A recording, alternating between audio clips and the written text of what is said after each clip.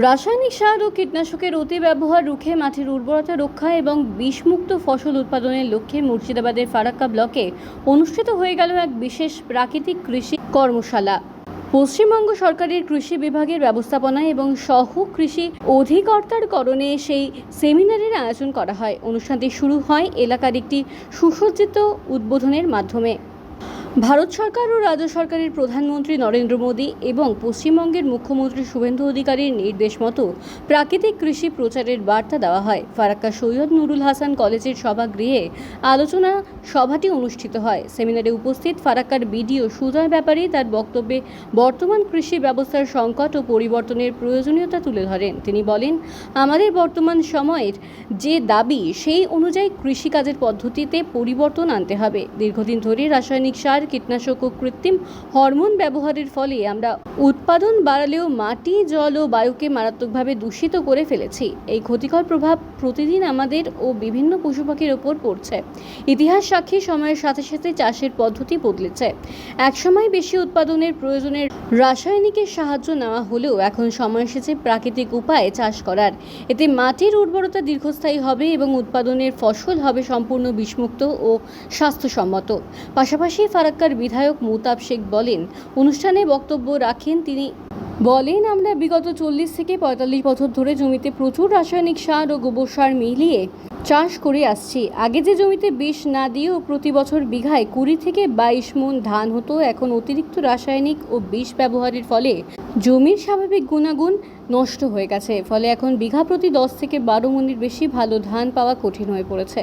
আগে ধানের ক্ষেতে একটা চমৎকার স্বাভাবিক সুগন্ধ পাওয়া যেত, যা এখন বিষের দাপটে হারিয়ে গেছে। আমাদের আবার সেই আগের মতো গোবর সার এবং প্রাকৃতিকভাবে তৈরি সারের ব্যবহারে ফিরে যেতে হবে, যাতে মাটির প্রাণ ফিরে আসে। এলাকায় কৃষকদের প্রাকৃতিক চাষের নানাবিধ কৌশল, জৈব উপায়ে পোকামাকড় দমন এবং প্রাকৃতিক সারের গুণাগুণ সম্পর্কে সচেতন করতে এই কর্মশালা অত্যন্ত ফলপ্রসূ হয়েছে বলে আয়োজকদের পক্ষ থেকে জানানো হয়েছে। ফারাক্কা অঞ্চলের বহু প্রান্তিক চাষি এই কর্মশালায় অংশ নেন এবং আগামী দিনে রাসায়নিকের ব্যবহার কমিয়ে প্রাকৃতিক উপায়ে চাষবাস করার সুদৃঢ় ইচ্ছা প্রকাশ করেন।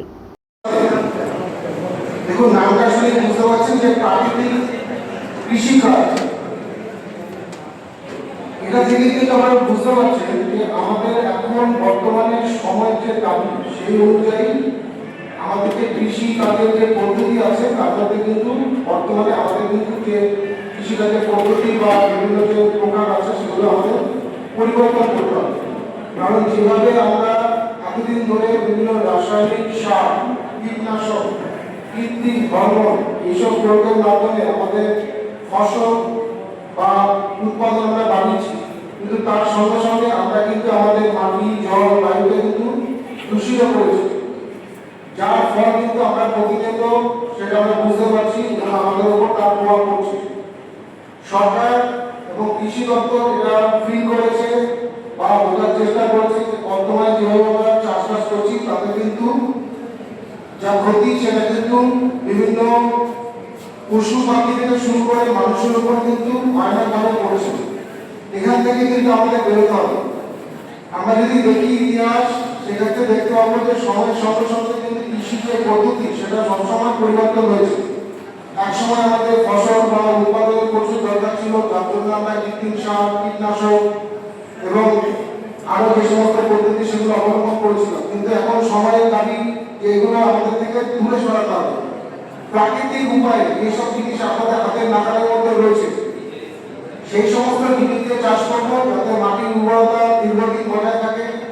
যে সমস্ত উৎপাদিত ফসল হবে সেগুলো কীটনাশক মুক্ত হবে, বিষ মুক্ত হবে, যাতে আমরা যারা এগুলো খাই সেগুলো আমাদের উপর কোনো খারাপ প্রভাব না পড়ে। আমাদের অনুমতি প্রধানমন্ত্রী এবং মুখ্যমন্ত্রী জানিয়েছেন আমাদের কৃষি অফিসে, সেই অনুযায়ী আজকে প্রোগ্রাম।